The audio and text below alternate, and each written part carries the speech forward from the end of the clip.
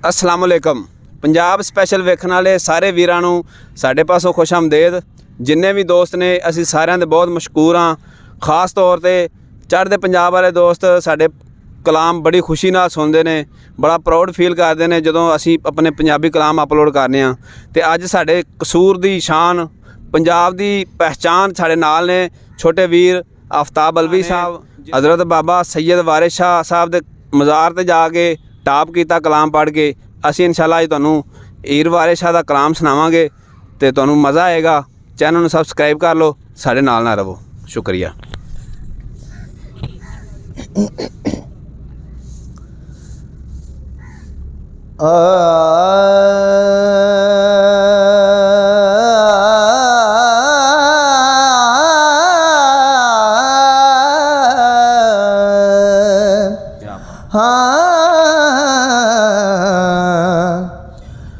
रांझे आख्या ख्याल ना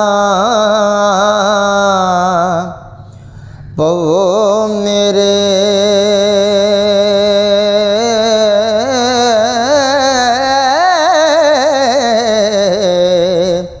शी सप फकीर दा देस क्या कूंजा वांग मुलियां देस छड़े। हाँ असां ज़ात सिफात ते पेश किया,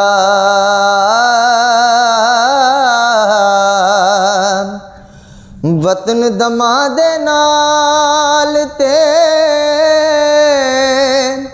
ज़ात जोगी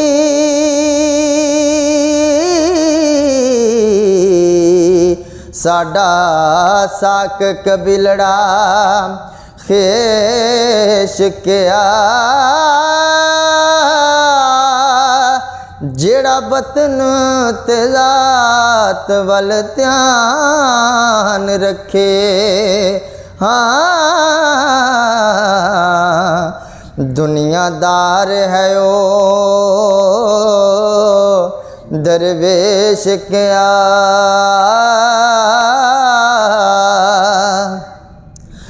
दुनिया नाल पाबंद है असा क्या, पत्थर जोड़ना नाल सुरेश क्या। ओ जिन्ना खाक दर खाक फना होना। हाँ वारिस शाह फिर तिनानू ऐश क्या।